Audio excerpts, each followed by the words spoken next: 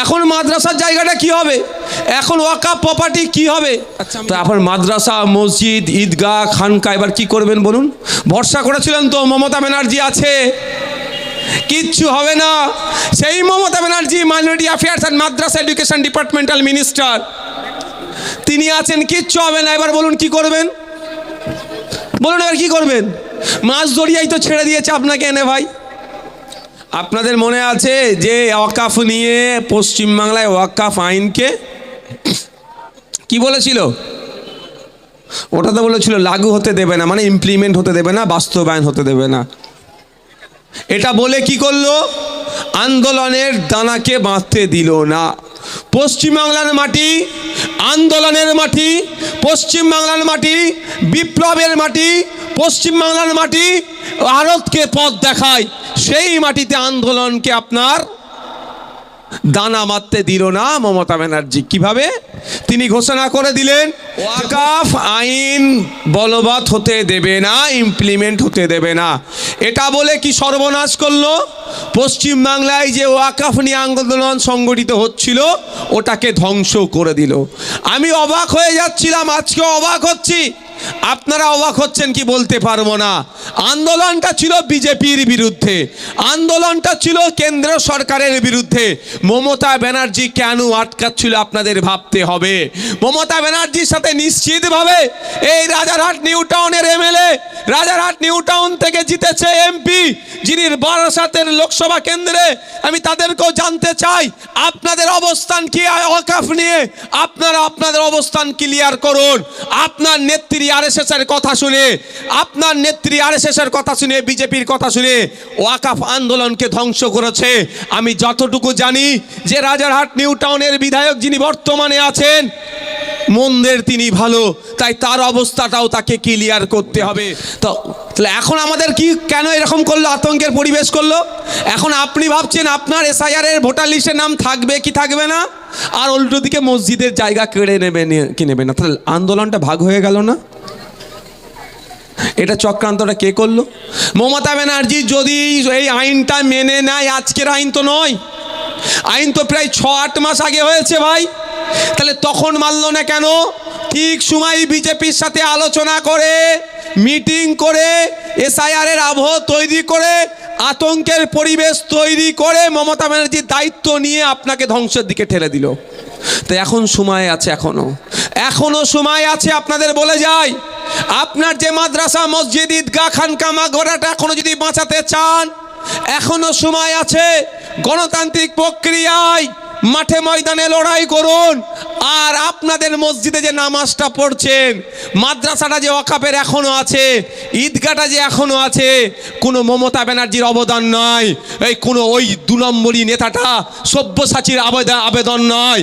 সেইটা যদি অবদান থাকে, সেটা নওশাদ সিদ্দিকীদের মতো কিছু লোকের অবদান আছে, যারা সুপ্রিম কোর্টে গিয়ে মামলা করেছে। এই বিশ্বজিৎ দাদের মতো কিছু লোকের অবদান আছে। কি বলছি বুঝতে পেরেছেন? আপনি যে ওয়াকাফ সম্পত্তিটা এখনো কিছু বেঁচে আছে, তার অবদান মমতা ব্যানার্জি, অভিষেক ব্যানার্জির নয়। সামনে নির্বাচন আসছে, বুঝিয়ে দিতে হবে তো নাকি? সামনে নির্বাচন আসছে, বুঝিয়ে দিতে হবে যে আমার উপকারে তুমি আসুনি। যখন আমি বিপদে পড়েছিলাম, আমার মাদ্রাসা, আমার মসজিদ, আমার ঈদগাহ, আমার খানকা বিজেপি আইন করে যখন কেড়ে নেওয়ার চক্রান্ত করেছিল, তুমি আমাকে দিল্লি যাওয়ার নিদান দিয়েছিলে। 2026 নির্বাচন আসছে, আমি আমার বাড়ির সামনে দরজাতে নোটিফিকেশন হওয়ার সাথে সাথে লিখে দেব যে আমার বাড়ির সামনে তৃণমূল ভোট চাইতে আসবে না, ভোট চাইতে গেলে তুমি দিল্লিতে গিয়ে ভোট চাও। এরা কত বড় দোকান কাটা বলুন তো। এরা ভোটের জন্য বলছে ওয়াকাফ নিয়ে আন্দোলন করলে দিল্লিতে গিয়ে করতে বলছে, আর এসআইআরটা নিয়ে কোথা আন্দোলন করছে? কলকাতাতে। এসআইআর কোথা থেকে ঘোষণা হয়েছে? তাদের সদর দপ্তর কোথায়? Election commission of India. ভারতের নির্বাচন কমিশনের সদর দপ্তর হচ্ছে দিল্লিতে। তাহলে তো এরা দিল্লিতে গিয়ে করতে পারতো। এরা কতটা মানুষকে বিভ্রান্তের মধ্যে ফেলে। এসআইআর দিল্লির বিষয়, দিল্লি থেকে হয়েছে, তাহলে দিল্লিতে গিয়ে করো। সেটা করলো না, আন্দোলন করলো। তারপরের দিনই ভোট সুরক্ষা কেন্দ্র খুলে দিল। মানুষ তো বিভ্রান্তের মধ্যে পড়ে যাচ্ছে। মাছ দরিয়ায় নিয়ে এসে ছেড়ে দিয়েছে। এটা প্রতিটা ক্ষেত্রে আপনাদেরকে মাছ দরিয়ায় এনে ছেড়ে দেয়। তাই বন্ধুগণ, আমার বলার উদ্দেশ্য, আপনি কিন্তু নিজের হাত এখন বেঁধে ফেলেছেন নিজেই। যখন ভোটের সময় আসে তখন সব ভুলে যান। 500 টাকা দিক আর বিজেপি আসছে, এই ভয়েতে আপনারা ভয়েই মানে এই মোটিভ চালায়, এই মানে এই পাড়ায় পাড়ায় এই আওয়াজ স্লোগান তুলে দেয়। আপনি ভাবেন বিজেপিকে আটকাতে হবে। আমার বক্তব্য, বিজেপিকে আটকাবেন, তৃণমূলেরকে আটকাবেন, না আরএসএসকে আটকাবেন? বলুন আপনারা, না ফ্যাসিস্টদেরকে আটকাবেন? কোনটা করবেন? আমার বক্তব্য একদম সরাসরি, আরএসএসকে আটকাতে হবে। ফ্যাসিস্ট চিন্তা ভাবনা নিয়ে যারা চলছে তাদেরকে আটকাতে হবে। আমার সাথে কারা সহমত, হাত তুলে দেখান তো। তো সামনে নির্বাচন আসছে, বুঝিয়ে দিতে হবে তো নাকি? সামনে নির্বাচন আসছে, বুঝিয়ে দিতে হবে যে আমার উপকারে তুমি আসুনি। যখন আমি বিপদে পড়েছিলাম, আমার মাদ্রাসা, আমার মসজিদ, আমার ঈদগাহ, আমার খানকা বিজেপি আইন করে যখন কেড়ে নেওয়ার চক্রান্ত করেছিল, তুমি আমাকে দিল্লি যাওয়ার নিদান দিয়েছিলে। 2026 নির্বাচন আসছে, আমি আমার বাড়ির সামনে দরজাতে নোটিফিকেশন হওয়ার সাথে সাথে লিখে দেব যে আমার বাড়ির সামনে তৃণমূল ভোট চাইতে আসবে না। ভোট চাইতে গেলে তুমি দিল্লিতে গিয়ে ভোট চাও। এরা এরা এরা কত বড় দোকান কাটা বলুন তো। এরা ভোটের জন্য বলছে ওয়াকাফ নিয়ে আন্দোলন করলে দিল্লিতে গিয়ে করতে বলছে, আর এসআইআরটা নিয়ে কোথা আন্দোলন করছে? কলকাতাতে। এসআইআর কোথা থেকে ঘোষণা হয়েছে? তাদের সদর দপ্তর কোথায়? Election commission of India. ভারতের নির্বাচন কমিশনের সদর দপ্তর হচ্ছে দিল্লিতে। তাহলে তো এরা দিল্লিতে গিয়ে করতে পারত। এরা কতটা মানুষকে বিভ্রান্তের মধ্যে ফেলে। এসআইআর দিল্লির বিষয়, দিল্লি থেকে হয়েছে, তাহলে দিল্লিতে গিয়ে করো। সেটা করলো না, আন্দোলন করলো, তারপরের দিনই ভোট সুরক্ষা কেন্দ্র খুলে দিল। মানুষ তো বিভ্রান্তের মধ্যে পড়ে যাচ্ছে। কি বলা হয়েছিল যে পশ্চিমবাংলায় এই আইনকে আমরা লাগু হতে দেব না, কিন্তু যখন আপনাকে এসআইআরের দিকে ঠেলে দিয়েছে, এসআইআর এখন অনলাইনে চেক করতে হচ্ছে। আমি কিন্তু চেক করিনি ভাই, বিশ্বাস করুন। আমি চেক করিনি বলে আপনারা করবেন না এরকম ব্যাপার নয়, চেক করুন। এই কি আপনার নামটা আপলোড হয়েছে না হয়েছে এইসব হচ্ছে না, গল্প চলছে। আমি কি বিশ্বাস করি জানেন? আমার কাছে একটা কপি আছে।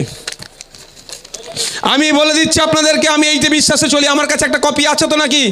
এই প্রত্যেকের বাড়িতে একটা করে এসআইআরের গণনা ফর্মের কপি আছে তো? আমার আর কিচ্ছু করার দরকার নেই, নাকে তেল দিয়ে আমি ঘুমাবো। খসড়া লিস্ট 7 তারিখে পাবলিশড হবে, আমি আমার নাম থাকবে। যদি না নাম থাকে, আমার এখানে বিওলোর নাম আছে, ওই বিওলের বিরুদ্ধে আইনত লড়াই করা হবে, কোনো ছাড়ে কথা হবে না। যদি না থাকে, তাহলে এখন মরার আগে ভূত হয়ে লাভটা কি হবে? কেন আপনাকে মরার আগে ভূত করছে? কেন আপনাকে আতঙ্কে রাখা হচ্ছে? আমি অনেক আগে বলেছি আপনি আতঙ্কিত হবেন না। আপনাকে আতঙ্কিত তৃণমূল বিজেপি মিলে করেছে, মমতা ব্যানার্জি আর শুভেন্দু অধিকারী মিলে আপনাকে আতঙ্ক করেছে। কারণ আজকে বলুন, আপনি এসআইআর নিয়ে কথা বলবেন না রাজ্য সরকার ওয়াকফ আইন পশ্চিমবাংলায় লাগু করেছে এর প্রতিবাদ করবেন? বলুন। এখন তো যে যার সব ঘেটে দেখছে অনলাইন থেকে, না আমার নামটা ফর্মটা সাবমিট হলো কি হলো না, হলো কি হলো। আরে হবে না কেন? প্রশ্ন এখানে আপনার হবে না কেন, এটাই আপনারা মাথা থেকে গুলিয়ে ফেলছেন। আপনার হবে না কেন এটা প্রশ্ন করুন আগে। মাস্টার কোশ্চেন পাঠিয়েছে, আমি উত্তর দিয়ে ছেড়ে দিয়েছি। উত্তরের একটা কপি আমার কাছে আছে। মাস্টারের এবার কাজ কি হবে? উত্তরটা আপলোড করে দেওয়া। মাস্টার যদি না উত্তর আপলোড করে, মাস্টারকে তাহলে আমরা বুঝে নেব, মাঠে ময়দানে আইনি লড়াইয়ে বুঝে নেব।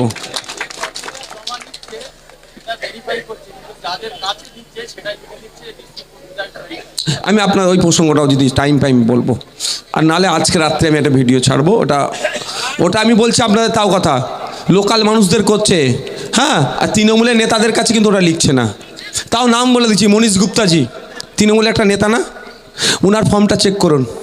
ওনার ওয়ার্ডে সাধারণ ভোটারদের ডকুমেন্টস নট ভেরিফাই করছে, আর উনি যে ওয়ার্ডে থাকেন, মনীশ গুপ্তা তৃণমূলের বড় নেতা, তার ডকুমেন্টস নট ভেরিফাই, এই ডকুমেন্টস নট ভেরিফাইড লিখা নেই। তাহলে যাক, এটা নিয়ে আমি আজকে আর 2-1 দিনের মধ্যে, আজকালের মধ্যে একটা ভিডিও করবো, বিস্তারিত সেখানে বলবো। যাক, তো তাহলে এখন আমাদের কি, কেন এরকম করলো, আতঙ্কের পরিবেশ করলো? এখন আপনি ভাবছেন আপনার এসআইআরের ভোটার লিস্টের নাম থাকবে কি থাকবে না, আর উল্টো দিকে মসজিদের জায়গা কেড়ে নেবে কি নেবে না। তাহলে আন্দোলনটা ভাগ হয়ে গেল না? এটা চক্রান্তটা কে করলো?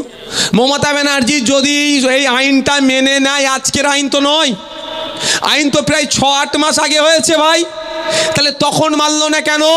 ঠিক সময় বিজেপির সাথে আলোচনা করে, মিটিং করে, এসআইআর এর আবহ তৈরি করে, আতঙ্কের পরিবেশ তৈরি করে মমতা ব্যানার্জি দায়িত্ব নিয়ে আপনাকে ধ্বংসের দিকে ঠেলে দিল।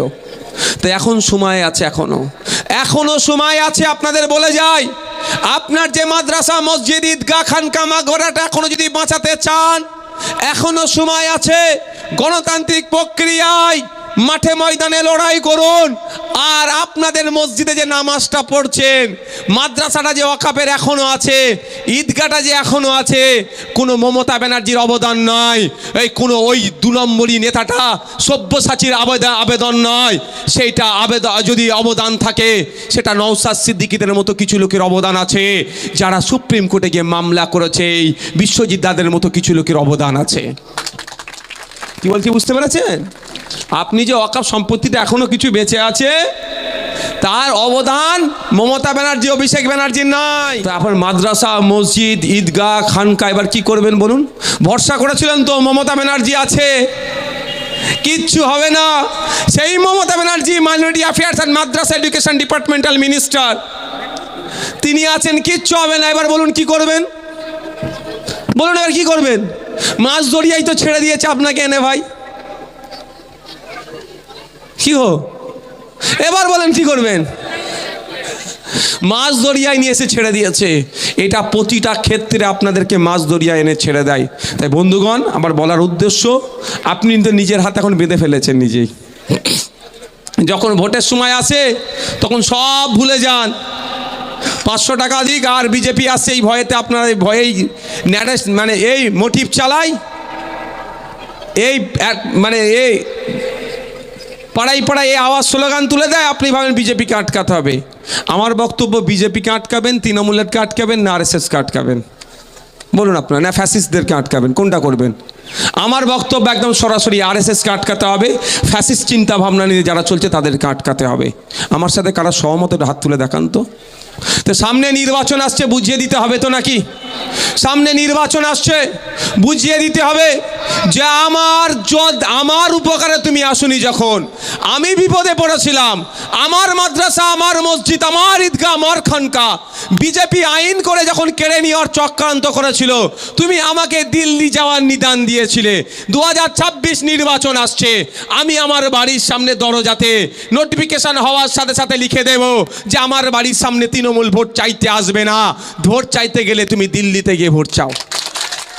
এরা এরা এরা কত বড় দোকান কাটা বলুন তো। এরা ভোটের জন্য বলছে ওয়াকফ নিয়ে আন্দোলন করলে দিল্লিতে গিয়ে করতে বলছে, আর এসআইআরটা নিয়ে কোথায় আন্দোলন করছে?